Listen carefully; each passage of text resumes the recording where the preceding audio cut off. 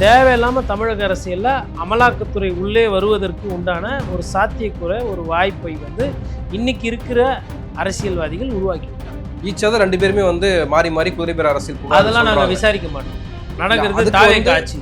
தாவேக்கா வந்து திமுக மீது போடப்பட்டு 60 லட்சம் பணம் வாங்கணும், அவர்கிட்ட இருந்தது ஒன் ஆஃப் த சஸ்பெக்ட், இங்கேருந்து எடுத்தோம், அவர் திருநாகரசு உள்ளே வந்தார் அப்படின்றதுலாம் நீங்கள் குரானாலஜி செட் பண்ணி அதை விசாரணை பண்ணி அதுக்கு ஆதாரம் திரட்டி எடுத்துன்னு போய் கஷ்டப்பட்டு கிரவுண்ட்ஸ் இருக்குல்ல, இங்க ஒரு எவிடன்ஸ் வந்து இது வந்து கிரவுண்ட் இருக்கு ரைட்டா, நான் இல்லை சொல்லலை, அங்கே ஸ்டேடியமே இருக்குது. இப்போது கோர்ட்டு மூலயமா போயிட்டு இருக்கோம். தேர்தல் ஆணையமோ ராஜ்பவனோ முன்னாடி வந்து இல்லைங்க எங்களுக்குமே லைட்டாக சந்தேகம் இருக்குது, கொஞ்சம் டைட்டாக விசாரிங்க அப்படின்னாங்கன்னா இன்னும் டைட் ஆகிடும் கேஸ். டைட் ஆகிடுச்சுன்னா அது யாருக்கு தலைவலி? தாவேக்காவுக்கு தான் தலைவலி. அப்போ ஐயா எஸ்பி வேலுமணி ஏதோ சரியாக செய்யலை, அதனால இன்றைக்கி வேலை போயிடுச்சு. இதே மாதிரி விஜய் சாரும் வந்து எனக்கு பார்க்குறவங்க பிடிக்கிறவங்களுக்குலாம் அரசு வேலை கொடுத்துட்டு இருந்தாருன்னா அதுவும் நாளைக்கு சிக்கலில் வரும். அதையும் நம்ம இப்போ முன்கூட்டியே சொல்லிடுச்சோம். லைலாமணியை சொல்கிறீங்களா? காவல்துறையால் வரக்கூடிய தலைவலிகள் இருக்குங்களா, அது திடீர்னு மறுபடியும் ஆரம்பிக்குது. இது வந்து முதல்வர் விஜய் சார் தலைமையில் தான் போய் விடியும். செல்மியா டாக்கிஸ் நேயர்களுக்கு வணக்கம். இந்த நேர்காணலில் நாம் சந்திக்க போவர் பத்திரிகையாளர் திரு கோடீஸ்வரன் அவர்கள். வணக்கம். வணக்கம் நேயர்களுக்கு அன்பு வணக்கம். அமலாக்கத்துறை மீண்டும் தமிழ்நாட்டுக்குள்ளே வந்திருக்கு. குறிப்பாக தாவேக்கா ஆட்சியை கவிழ்க்க சதி செய்திருக்காங்கன்னு சொல்லி எம்எல்ஏ ஊத்தங்கரை எம்எல்ஏ இளையராஜா அவர் கொடுத்த புகாரின் மீது நடவடிக்கை எடுக்கப்பட்டுச்சு. அதில் 11 பேர் கைது செய்யப்பட்டிருக்காங்க இப்போ வரைக்கும். இப்போ அந்த குறிப்பிட்ட நபர்கள்கிட்ட, கைது செய்யப்பட்ட நபர்கள்கிட்ட விசாரணை தொடங்கி இருக்கிறது அமலாக்கத்துறை. குறிப்பாக 35 கோடி ரூபாய் பேரம் பேசப்பட்டதாகவும் அதில் 60 லட்சம் ரூபாக ஏதோ ஒரு சம்பந்தப்பட்ட ஆட்கள் கிட்ட இருந்து பறிமுதல் செய்யப்பட்டிருப்பதாகவும் தகவல் வந்திருக்கு. அது இன்னும் உறுதிப்படுத்த தகவலாக தான் இருக்கே தவிர அது வந்து சஸ்பெக்ட்னு தான் சொல்றாங்க. நம்ம இதை எப்படி பார்க்கறது? மீண்டும் அமலாக்கத்துறை தமிழ்நாட்டுக்குள்ள வந்திருக்கு, எப்படி பார்க்குறீங்க? அமலாக்கத்துறை ஒரு சிலத்தில் வரும், ஒரு சிலத்தில் வராது, ஆனால் இப்போ திருப்பி வரும் அப்படின்ற மாதிரி அவங்களுக்கு வந்து ஒரு ஏதோ வந்து ஒரு தேவை தெரிஞ்சிருக்கு. இப்போ அமலாக்கத்துறை வந்து எங்களுக்கு இது மாதிரி நாங்கள் ஒன்று கேள்விப்பட்டோம், தகவல் கொடுங்க அப்படின்னு போலீஸ் கமிஷனர் ஆஃபீஸில் கேட்டிருக்காங்க. இவங்களும் அந்த எஃப்ஐஆரோட டீட்டெயில்ஸு, இவங்கக்கிட்ட என்னென்ன தரவுகள் இருக்குது, ஆதாரங்கள் இருக்குது, என்ன விசாரணை என்ன தெரிய வந்தது எல்லாத்தையுமே கொடுத்துட்டாங்க. இப்போது அமலாக்கத்துறைக்கு ஐயா ஜாலி. இதை வந்து யாரை வேணால் எப்படி வேணால் விசாரிக்கிறதுக்கு இது பயன்படும். இப்போ முதல்ல வந்து பார்க்குற பார்வையில் வந்து என்னென்னா, இது வந்து திமுகவுக்கு நெருக்கடி. ஏன்னா தாவேக்கா தொடர்ந்த வழக்கில் திமுகவுக்கு ஆதரவாக வேண்டி அமைச்சர் செந்தில் பாலாஜிக்கு நெருக்கமாக இருக்கக்கூடியவர்கள் தான் இதெல்லாம் செஞ்சாங்கன்றது தான் குற்றச்சாட்டு. அப்போ அதன் அடிப்படையில் போடப்பட்ட எஃப்ஐஆர், அந்த எஃப்ஐஆரில் முகாந்திரம் இருக்கோ, தரவுகள் இருக்குது, அது உண்மையா பொய்யா அப்படின்றதுலாம் விசாரணையில் வரும். ஆனால் அமலாக்கத்துறைக்கு தேவை ஒன்று எஃப்ஐஆர், அது இப்போ அவங்களுக்கு கிடச்சிச்சு. இப்போ அமலாக்கத்துறை இது உள்ள வரலாம். இப்போது ஒரு வேளை அதாவதுங்க ஒரு விஷயத்தை ஆரம்பிக்கும் போது அது எங்கே போய் நிற்கும்ன்றது சம்டைம்ஸ் நிறைய பேருக்கு தெரியாது. இப்போ சட்டத்தின் அடிப்படையில் இதை இன்னும் கொஞ்சம் கூர்ந்து கவனிக்கணும். நாளைக்கு அமலாக்கத்துறை இவங்களையும் விசாரிக்குதுன்னு வச்சுக்கோங்களேன், இந்த சம்மந்தப்பட்டவங்களாம், அதில் யாருன்னா இந்த 60 லட்ச ரூபா சம்மந்தப்பட்டவங்க உண்மையை சொல்லு அப்படின்போது கேமரா முன்னாடி உட்கார வச்சு ஆமாங்க அதான் பேசணும், ஆனால் அதே மாதிரி தாவேக்கா சைட்லேயும் வந்து எங்களுக்கு வந்து ஒரு ஆஃபர் இருந்தது, அதிமுகலேருந்து ஒரு எம்எல்ஏவை தூக்குனா அதுக்கும் நாங்கள் ஏற்பாடு பண்ணுறோம். ஸோ அப்போ நாங்கள் வந்து இந்த ரியல் எஸ்டேட் ஏஜென்ட் மாதிரி வீடு வாங்குறது ஒன்றும் இல்லை, விற்கிறதும் நாங்கள் விற்று கொடுப்போம் அப்படின்ற மாதிரி ஒரு 2 பேர் ஒரு சில விஷயங்களை சொல்கிறாங்க. அதில் அகெயின் திருப்பி உண்மை இருக்கா தெரியாது. அப்போது இது மாதிரி விஷயங்கள்லாம் தொடர்றதுக்கு முன்னாடி இது எப்படி வேணால் வெடிக்கும். இல்லை இந்த இடியில் சம்மந்தப்பட்டது இருக்குது. ஒரு எடுத்துக்காட்டை சொல்கிறேன்னே, 2G கேஸில் பிரச்சனையானப்போ காங்கிரஸில் ஒரு சில பேர் வந்து இது திமுகவால் தான். அப்போது அன்னைக்கு 2Gயில் சம்மந்தப்பட்டவங்க என்ன சொன்னாங்க, எல்லாமே மன்மோகன் சிங்க்கு தெரியும் அப்படின்ட்டாங்க. என்ன தானே வந்து விசாரிக்கிற நீ? அமலாக்கத்துறை, EB, CID, CBCID, CBI, income tax எல்லாமே யாருக்கு தெரியும்? எங்கள் பெரிய ஜி மன்மோகன் சிங் ஜிக்கு தெரியும், முடிஞ்சால் போய் விசாரிச்சுக்கோங்கன்ற மாதிரி மடைமாற்றம் பண்ணி திருப்பி விட்டாங்க. அது மடைமாற்றமா இல்லை உண்மையிலே அவருக்கு தெரியுமா அப்படின்ற மாதிரி இந்த கேஸும் இந்த மாதிரி திரும்புறதுக்கு வாய்ப்பு இருக்குது. இதெல்லாம் வந்து ஏவி விடுற மாதிரி இருக்குன்னு வச்சுக்கோங்களேன் ஒரு பேச்சுக்கு. இப்போ நம்ம ஒரு விஷயத்த பண்ணும்போது நமக்கே கூட திருப்பி ரிவர்ஸில் அடிக்கும். ஆனால் தேவையில்லாமல் தமிழக அரசியலில் அமலாக்கத்துறை உள்ளே வருவதற்கு உண்டான ஒரு சாத்தியக்கூற ஒரு வாய்ப்பை வந்து இன்னைக்கு இருக்கிற அரசியல்வாதிகள் உருவாக்கி விட்டாங்க. குதிரை பேர அரசியலை மையமாக வச்சு இதுவரையிலும் தமிழ்நாடு அரசியல் உள்ளே வந்தது கிடையாது. தமிழ்நாடு அரசியலில் அமலாக்கத்துறை எப்படி வந்திருக்கு? ஊழல் மூலயமா வந்திருக்குது. வேலைக்கு காசு கொடுக்கறதுக்கு, வேலைக்கு வேலை கொடுக்கறதுக்கு பதிலாக காசு வாங்கிட்டு ஜாப் ஃபார் ஸ்கேமில் வந்திருக்கு. அந்த மாதிரி விஷயங்கள்ல வந்திருக்கு. சொத்து குவிப்பு கேஸில் வந்து எஃப்ஐஆர் போட்டு அதில் வந்திருக்கு. Proceeds of crime. பட் இது வந்து புதுசு. ஒரு குதிரை பேர அரசியலை மையமாக வச்சு தமிழக அரசுக்கு தமிழ்நாட்டு அரசியலுக்குள்ள அமலாக்கத்துறை இதை வைத்து வருமேயானால், இதை வந்து உருவாக்கி இப்படி ஒரு அற்புதமான ஒரு முன் உதாரணத்தை உருவாக்கி கொடுத்த தாவேக்க அரசுக்கு நன்றி. இல்ல குதிரை பேர அரசியல்னா இப்போ திமுகவும் தவைக்க மேல ஈச்சாத 2 பேருமே வந்து மாறி மாறி குதிரை பேர அரசியல் புகார் அதெல்லாம் நாங்க சொல்றாங்க. விசாரிக்க மாட்டோம். நடக்கிறது அதுக்கு தாவேக்க வந்து ஆட்சி. எவிடன்ஸ் கிரவுண்ட் அப்படின்றது ஒண்ணு இல்ல இல்லையா? இப்போ வந்து என்னதான் வந்து வீடியோ ஆதாரங்களாக இப்போ எம்ஆர் விஜயபாஸ்கர் வந்து நாங்க அப்ரோச் பண்ணாங்க. அந்த அப்ரோச்சை நாங்க வந்து எங்களுக்கு பிடிச்சிருந்தது நாங்க வந்தோம்னு சொன்னதா இருக்கட்டும், இல்ல வைகோ அவர்கள் வந்து முதலமைச்சரே என்கிட்ட சொன்னாரு ராஜினாமா பண்ணுங்கன்னு சொன்னதா இருக்கட்டும். ஆனால் இதெல்லாம் போதுமான ஆதாரமா? இதெல்லாம் வந்து எடுபடுமா? சரி, இதெல்லாம் போதுமான ஆதாரமா எடுபடுமா அப்படின்றதுக்கு முன்னாடி கவர்னர் வந்து ஒரு முடிவு எடுக்கிறார் அப்படின்னா, இந்த கேஸில் வந்து எஸ்ஆர் பொம்மை கேஸ் மாதிரி அப்படிலாம் இழுத்துட்டு போகிறதுக்கெலாம் வாய்ப்பு இருக்கிற மாதிரி எனக்கு தெரியல. ஏன்னா வந்து குதிரை பேர ஆட்சினால வந்து இதெல்லாம் ஸ்டாண்ட் எடுக்காம 25 எம்எல்ஏ மாற்றி போட்டாங்க இல்லைங்களா? அதுதான் பெரிய ஆதாரம் இந்த கேஸில். இவங்க அவங்களுக்கு சொன்னாங்க, பேசினாங்க, அப்ரோச் பண்ணாங்க, அதெல்லாம் வந்து சைடில் சேர்த்துக்கிற பக்கவாதிய மாதிரி. இது வந்து நீங்கள் குரானாலஜி ஆஃப் ஃபேக்ட்ஸை வந்து கோர்ட்டுக்கு முன்னாடி பில்டு பண்ணும்போது, ஆர்கியூ பண்ணும்போது, எவிடன்ஸ் சப்ரஸ் பண்ணும்போது இதெல்லாம் நீங்கள் காட்டலாம். பட் அடிப்படையில் 25 எம்எல்ஏ ஏன்பா மாற்றி ஓட்டு போட்டீங்க? ஏன் ஓட்டு போட்டீங்க? உங்கள் கட்சி தலைவர் யார்? எடப்பாடி கே பழனிசாமி. கொறடா இல்லை எடப்பாடி பழனிசாமி சொன்னதை நீங்கள் கேட்டிங்களா? இல்லை. சரி, 25 பேர் மாற்றி போட்டிங்கல்ல, அப்புறம் மன்னிப்பு கடிதம் எழுதி கொடுத்தீங்கல்ல, அப்போ மன்னிப்பு கடிதத்தை எழுதி கொடுத்துட்டு திருப்பியும் போய் ராஜினாமா பண்ணி அங்கே சேர்றீங்களே, அப்போ என்னது இது? இதுதான் மயிலாடு குதிரை பேரம். அதாவது தாவேக்கா வந்து திமுக மீது போடப்பட்டு 60 லட்சம் பணம் வாங்கணும், அவர்கிட்ட இருந்தது ஒன் ஆஃப் த சஸ்பெக்ட், இங்கேருந்து எத்தோம், அவர் திருநாகரசு உள்ளே வந்தார் அப்படின்றதுலாம் நீங்கள் குரானாலஜி செட் பண்ணி அதை விசாரணை பண்ணி அதுக்கு ஆதாரம் திரட்டி எடுத்துன்னு போய் கஷ்டப்பட்டு கிரவுண்ட்ஸ் இருக்குல்ல, இங்க ஒரு எவிடன்ஸ் வந்து இது வந்து கிரவுண்ட் இருக்கு ரைட்டா, நான் இல்லை சொல்லலை. அங்கே ஸ்டேடியமே இருக்குது, இது கிரவுண்டு தவுளோண்டு. இதில் வந்து நீங்கள் வந்து 10 பேர் கிரிக்கெட் விளையாடலாம், இல்லை 10 பேர் ஃபுட்பால், அது ஸ்டேடியம். பெரிய பெரிய இன்டர்நேஷனல் மேட்ச்சுக்கு அளவுக்கு அங்கே தப்பு நடந்தது. 25 எம்எல்ஏ மாற்றி ஓட்டு போட்டுக்கிறாங்க. ஒத்த எம்எல்ஏ கவர்னர் முன்னாடியே produced before the governor. Sir party வந்து சார் கவர்னர் ஆஃபீஸை கேளுங்கன்னு இப்போ என்ன மாதிரி ஆளாக இருந்த ஆர்குமெண்ட்டில் மிலாட்ஷிப் இதில் வந்து கவர்னரோட இது இது வேணும். Let them also present before this court, let them submit or let them clarify. அவர் ஒரு கான்ஸ்டியூஷனல் அத்தாரிட்டி, இது கான்ஸ்டியூஷனல் கிரைசிஸ். குதிரை பேர அரசியல் என்பது கான்ஸ்டியூஷன் ஜனநாயகத்தை கேள்வி கேட்குற ஒரு விஷயம். அப்போ கோர்ட்டுக்குமே வந்து இதில் வந்து பவர்ஸ் இருக்குது ஒரு சில நேரத்தில் நீதியை கொடுக்கறதுக்கு. நீதிமன்றம் இந்த வழக்கை வந்து எடுத்துக்காம இல்லையா, டிஸ்மிஸ் பண்ணலையே, இட் இஸ் ஹியரிங் இல்லை, என்ன நடக்குது ஏதுன்றது கேட்குது இல்லையா? அதனால இடைத்தேர்தல் ரத்து பண்ணியிருக்காங்க. இடைத்தேர்தல் நடக்கல, இடைத்தேர்தல் தள்ளி வச்சிருக்காங்க. அதாவது ரத்து பண்ணல, இன்னும் ரத்துன்றது வந்து என்ன கேட்காம ஒரு வெயிட்டிஸ் எல்லாருக்கும் அதை பிரச்சனைன்றாங்க. இது என்ன பிரச்சனை விசாரிப்போம், என்ன எதுன்னு கேட்டுன்னு அப்புறமா சொல்லலான்னு கோர்ட்டு சொல்லிடுது. எப்போ அப்புறமா சொல்லுது அப்படின்னும் போது அதில் ஏதோ வில்லங்க இருக்குதுன்னு அர்த்தம். அதான் கோர்ட்டு மூலிமா இப்போ போயிட்டு இருக்கு. இப்போது கோர்ட்டு மூலிமா போயிட்டு இருக்கும்போது தேர்தல் ஆணையமோ ராஜ்பவனோ முன்னாடி வந்து இல்லைங்க எங்களுக்குமே லைட்டாக சந்தேகம் இருக்குது, கொஞ்சம் டைட்டாக விசாரிங்க அப்படின்னாங்கன்னா இன்னும் டைட் ஆகிடும் கேஸ். டைட் ஆகிடுச்சுன்னா அது யாருக்கு தலைவலி? தாவேக்காக்கு தான் தலைவலி. ஆனால் இன்றைக்கி அது அமலாக்கத்துறை அது ஒன்று வாங்கி வச்சுருக்காங்க. அது ஒரு வேளை மேபி திமுகவை விசாரிக்கிறதுக்கு கூட அது உதவும். செந்தில் பாலாஜி யோசிப்பார், எப்பா என்னப்பா இவங்களுக்கெல்லாம் வர வேலையே இல்லையப்பா, எப்போ பார்த்தாலும் யாராச்சும் இருந்தாலும் ஏன்பா என்ன வந்தே உயிர் எடுக்கிறீங்கன்னு கூட அவரு கேட்கலாம் செந்தில் பாலாஜி தரப்பில். அதனால் இது வந்து இந்த அரசியல் சூழ்நிலை இருக்குது பார்த்தீங்களா, இது வந்து ஒரு ஒரு மகா மட்டமான அரசியலை நோக்கி போகும். அதுதான் நம்ம அங்கே புரிஞ்சிக்க வேண்டியது. இதில் இன்னொரு பக்கம் வந்து வேலுமணிக்கு எதிராக உச்சநீதிமன்றம் கொடுத்த தீர்ப்பு, அவருடைய ஆட்சி காலத்தில் ஒரே இரவில் 54 ஊழியர்களுக்கு பணி நியமனம் வழங்கினது, அதில் வந்து முறைகேடு நடந்திருக்குன்னு சொல்லி ஆணித்தரமாக சொல்லி உச்சநீதிமன்றம் அந்த வழக்கை தள்ளுபடி பண்ணியிருக்காங்க. தவறு நடந்திருக்கிறது, அந்த 54 பேருக்கும் அந்த பணி நியமனத்தை வந்து கேன்சல் பண்ணுங்கன்னு சொல்லியிருக்காங்க. இதை நம்ம எப்படி பார்க்கறது? இதுல எல்லாம் பிஎம்எல்ஏ ஆக்ட் வராதா? இல்லை, இப்போ இது வந்து எப்படின்னா ஃபஸ்ட்டு வந்து ரத்து, வேலை வாய்ப்பு ரத்து. இப்போ இதில் பிஎம்எல்ஏ ஆக்ட் வருதா கொள்றான்னா இதில் போட்டு எடுத்துன்னு போனோம்னா எடுத்துன்னு போயிருக்கலாம். அவங்க கூட்டணியில் இருக்கும்போது நாங்கள் அப்படிலாம் பண்ண மாட்டோம். கூட்டணி முறிஞ்சாதான் அதெல்லாம் பண்ணுவோம். வைகோ சார் சொன்னாருங்களா, அதான் நிதர்சனமான உண்மை. கூட்டணியில இருக்கும்போது கட்டிங், கரப்ஷன் பத்தி பேசக்கூடாது.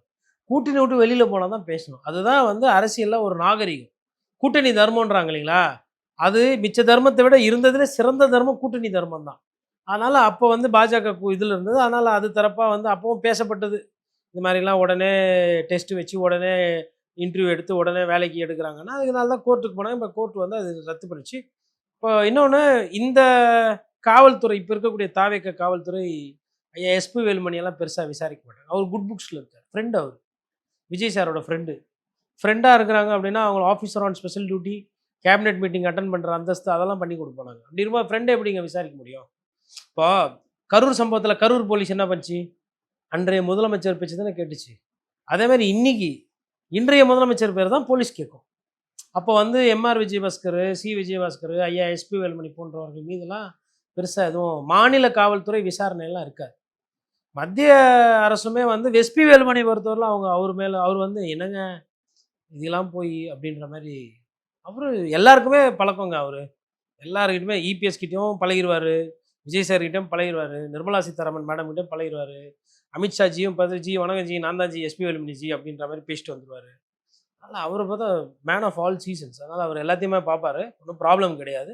பட் இந்த பாவம் அந்த 54 பேர் இப்போ வந்து அவங்க உண்மையிலேயே பாவமா? இல்ல லஞ்சம் கிஞ்சம் குடுத்து வாங்குனாங்களா? அது ஆண்டவனுக்கு தான் வெளிச்சம். கோர்ட் ஆர்டர் காப்பி நான் இன்னும் ஃபுல்லா பார்க்கல. But what ever said court வந்து ஒரு ஒரு லோக்கல் ஸ்டாண்டிங் இருக்கும். அதில மெரிட்ஸ் ஆஃப் த கேஸ் தான் பார்த்துருப்பாங்க. So they have suspects. அதில ஏதோ கிரவுண்ட்ஸ் ஆஃப் மிஸ்யூஸ் இருந்திருக்குதுன்னு தான் அவங்க அதிகார துஷ்பிரயோகம் இருக்குன்னு சந்தேகப்படுறாங்க. அதிகார துஷ்பிரயோகமா? இல்ல அதில ஊழல் இருக்கான்றது அடுத்தது. அப்ப இன்னைக்கு தேதியில கோர்ட் வந்து என்ன ஸ்டாண்ட் எடுத்து சொல்லியிருக்காங்கல்ல, பட் கோர்ட்டுக்கு நெஞ்சார்ந்த நன்றி. ஏன்னா, லட்சக்கணக்கான இளைஞர்கள் வந்து வேலை வாய்ப்புக்காக காத்துட்டு இருக்காங்க. அப்போ நேர்மையான ஒரு முறையில தகுதி படைத்தவர்களுக்கு தான் அதெல்லாம் போய் சேரணும். அப்படின்றது தான் புரிதல். அதை வைத்து பார்க்கும்போது கோர்ட் வந்து அவங்களுக்கு இருக்கிற அந்த பவர்ஸ்ல வந்து தே ஹேவ் கிவன் ஜஸ்டிஸ் என்று நான் நினைக்கிறேன். கண்டிப்பா அப்பீல் போவாங்க பாதிக்கப்பட்டவங்க. உச்சநீதிமன்றத்துக்கு போய் என்ன ஆகுதுன்னு பார்க்கணும். மத்தபடி இதெல்லாம் வந்து ஒரு ஒரு இருக்கிறவங்களுக்கு இதெல்லாம் வந்து எடுத்துக்காட்டு. எனக்கு அதிகாரம் இருக்கு, நான் வேலை குடுப்பேன். நான் இப்படி குடுப்பேன், அப்படி குடுப்பேன். என் கூட்டத்துக்கு வந்தா கூட வேலை குடுப்பேன் அப்படின்னா, அதெல்லாம் சப்ஜெக்ட் டு ஜுடிஷியல் ரிவ்யூ. தேவைப்பட்டு யாருன்னா கோர்ட்டுக்கு இதெல்லாம் எதிர்த்து போனாங்கன்னா சிக்கல் வரும். இப்ப இன்னைக்கு இருக்கிறவங்களே அப்படியே இருப்பாங்க. ஜட்ஜிகள் மாறுவாங்க, ஆட்சிகள் மாறும். நெறைய விஷயம் இருக்கு இல்லையா? இன்னைக்கு ஆட்சி அதிகாரம் இருக்குன்னு சொல்லிட்டு முறை இல்லாத ஒரு விஷயத்த நீங்க முறைப்படுத்தி செஞ்சுட்டீங்கன்னா, யார் அதுக்கெல்லாம் வந்து இந்த இந்த பழி சொல்லுக்கோ, இல்ல அந்த சட்ட சிக்கலுக்கு யார் ஆளாவாரு? ஒரு விஷயத்த தீர்வு குடுக்கணுங்க. சட்ட சிக்கலா உருவாக்கி விட்டு போக்கூடாது. அதெல்லாம் வந்து ஒரு ஒரு ஆட்சியாளர்களுக்கு அழகு கிடையாது. அப்ப ஐயா எஸ்பி வேலுமணி ஏதோ சரியா செய்யல. அதனால இன்னைக்கு வேலை போயிடுச்சு. இதே மாரி விஜய் சாரும் வந்து எனக்கு பார்க்குறவங்க, புடிக்கிறவங்களுக்கெல்லாம் அரசு வேலை குடுத்துட்டு இருந்தாருன்னா, அதுவும் நாளைக்கு சிக்கல்ல வரும். அதையும் நம்ம இப்ப முன்கூட்டியே சொல்லி வச்சோம். லயலாமணிய சொல்றீங்களா? இல்ல ஐயா லயலாமணிக்கு அது வராது. ஏன் அப்டின்னா, லயலாமணி வந்து நியமனம். அரசு அது வந்து எப்படின்னா, ஒரு ஒரு பீரியடுக்கு டென்யூர் போடுற நியமனம். அது வந்து டெக்ஸ்ட் புக் கார்ப்பரேஷன் இந்த ஆட்சி இருக்கிற வரலும் அவர் அந்த பதவியில இருப்பாரு. போன உடனே போயிரும். இப்போ உதாரணத்துக்கு இப்ப ஜெயரஞ்சனுக்கு ஒரு பதவி குடுத்துருக்காங்க. அந்த ஆட்சி காலம் வரலும் இருந்தார். அப்புறம் அது போயிருச்சு. அதே மாரி லியோனி, திண்டுக்கல் லியோனி ஐயாவுக்கு குடுத்து வச்சிருந்தாங்க. போயிருச்சு. வளர்மதி அவர்கள் அதே பாடநூல் புஸ்தகத்த கார்ப்பரேஷனுக்கு இருந்தாங்க. இப்போ வளர்மதி அவர்கள் வந்து அதிமுகவோட அது பிளட்டு. அவங்க ரொம்ப நாளா அந்த கட்சியில தான் இருக்கிறாங்க. அந்த கட்சிக்காக அவங்க உழைக்காததில்ல, பேசாததில்ல, எவ்வளோ பண்ணியிருக்காங்க. அதனால லியோனி அவர்கள் பிரச்சாரத்த வந்து திமுக வெற்றி பெறக்கு ஒரு தெரு தெருவா போனாரு, கிராமங்கள்ல போனாரு. அதனால குடுத்தாங்க. அந்த வரிசையில பார்க்கும்போது லயலாமணிக்கு வேணா அனுபவம் இல்லாம இருக்கலாம். இப்போ ஒரு சினிமா புரொடியூசர வந்து டெல்லி பிரதிநிதியா போடுறவரு விஜய் சார். அதுக்கு லயலாமணி பரவால்ல. அதுக்கு லயலாமணி 1000 மடங்கு பரவால்ல. எனக்கு யாருன்னே தெரியாதுங்க அவர. லயலாமணி தெரியும்ல. இங்க இருக்கிறாரு. லயலா காலேஜ் பெருமை பேசிட்டு இருப்பாரு. அப்புறம் விஜய் சாரோட அந்த பொன்னான வைர வரிகள் இருக்குல்ல. அதெல்லாம் பேசி எவ்வளோ ட்ரால்ஸ், எவ்வளோ மீம்ஸ் வாங்கியிருப்பாரு. எவ்வளோ திட்டு வாங்கியிருப்பாரு. என்னப்பா உண்மையிலேயே சிந்திச்சு பேசுறாரா இல்லன்னு. இன்னொன்னு சாமானியன். லயலாமணி வந்து பணக்காரரோ, கோடீஸ்வரரோலாம் கிடையாது. நான் எதார்த்தத்த பேசுறேன். ஏதோ யாரோ மத்த ஊரு ஸ்டேட்லேருந்து வரவங்கலாம் ரெட்டி, அதுக்கப்புறமா வந்து மத்த மாநிலத்திலேருந்து வந்து அந்த பதவியெல்லாம் எடுத்துன்னு போறதுக்கு, தமிழ்நாட்ட சேர்ந்த லயலாமணி தமிழ்நாடு புத்தக டெக்ஸ்ட் புக் கார்ப்பரேஷன் போட்டது உண்மையிலே நன்றி. கொஞ்சம் ஏமாந்தா வந்து ஒரிசாலேருந்து ஒரு மேக்கப் ஆர்டிஸ்ட் வந்துக்கிறாரு. விஜய் சாருக்கு அவரு தான் பயங்கரமா ஸ்டைல்லாம் பண்ணி விடுவாரு. அவரு கூட போட்டு குடுத்துருவாங்க. அதனால விஜய் சாரோட ஸ்டாண்டர்டுக்கு பார்க்கும்போது, லயலாமணி வந்து இப்ப இன்னொன்னு கேட்குறாங்க. லயலாமணினா கல்வியாளரா? லயலாமணி வந்து அவருக்கு என்ன தெரியும்? பாடகத்துக்கு தெரியும். அப்ப அப்ப அடுத்த கேள்வி வரும். அப்ப லியோனி சாருக்கு என்ன தெரியும்? வளர்மதி அவங்களுக்கு என்ன தெரியும்? அதுக்குள்ளெல்லாம் நான் போக வரல, அது அரசியல். ஓகேங்களா?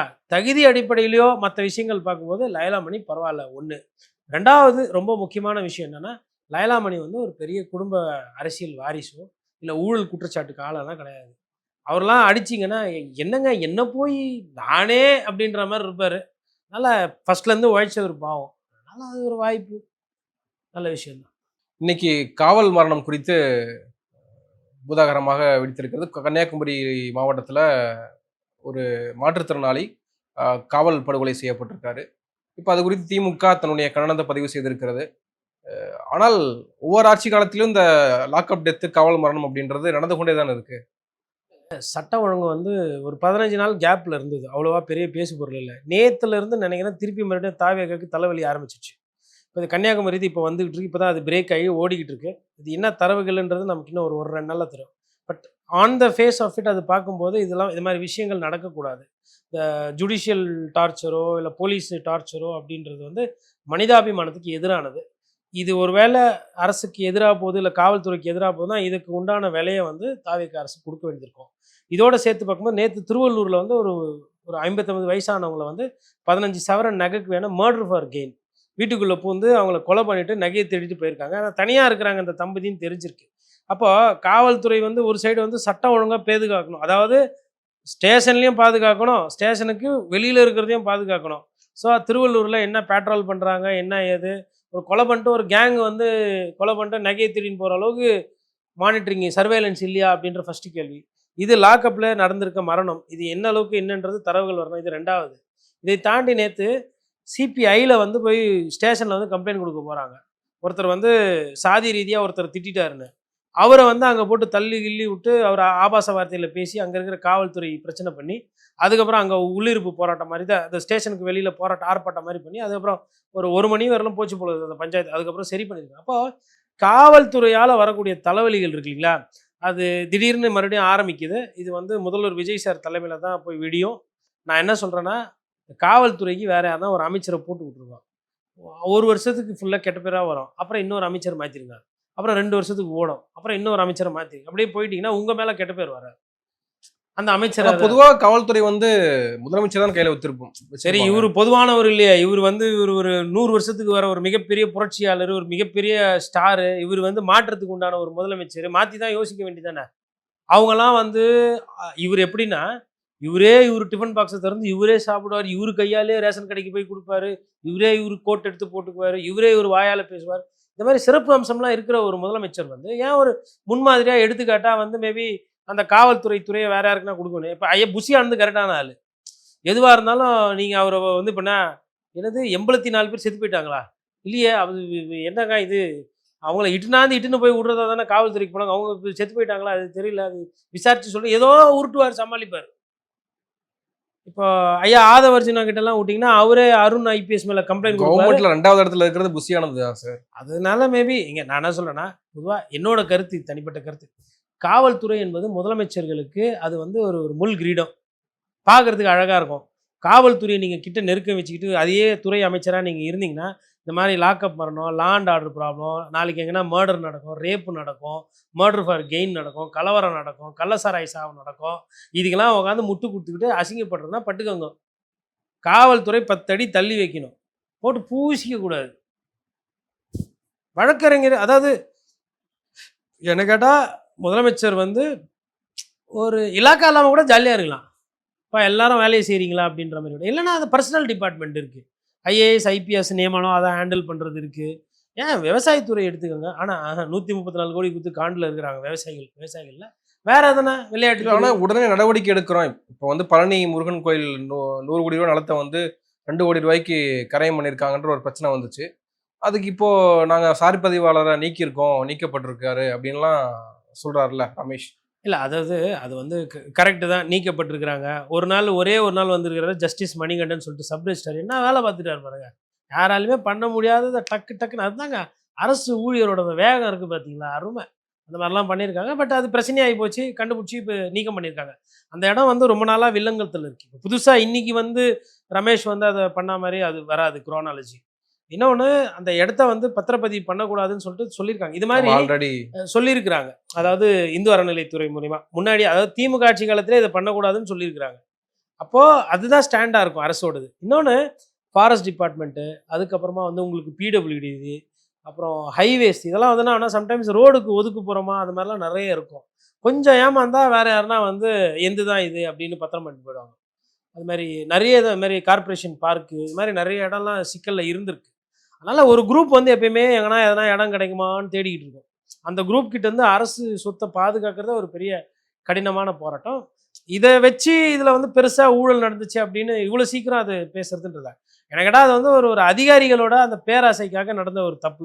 அது எந்த அளவுல அதிகாரி இன்வால்வ்டுன்னு தான் பார்க்கணுமே தவிர்த்து, அமைச்சர்களுக்கு அது இந்த ஸ்டேஜ்ல சம்மந்தம் இருக்குமான்னு தெரியல. ரமேஷ் வந்து இன்னும் அந்த அளவுக்கு பக்குவம் பத்தாது. ரூ. 100,00,00,000 சொத்து ஆட்ட போற கெப்பாசிட்டிலாம் இன்னும் வரலன்னு நெனைக்கிறேன். தெரியல. நன்றி, நிறைய விஷயங்களை பகிர்ந்துருக்கீங்க. உங்க நேரத்துக்கு மிக்க நன்றி. நன்றி.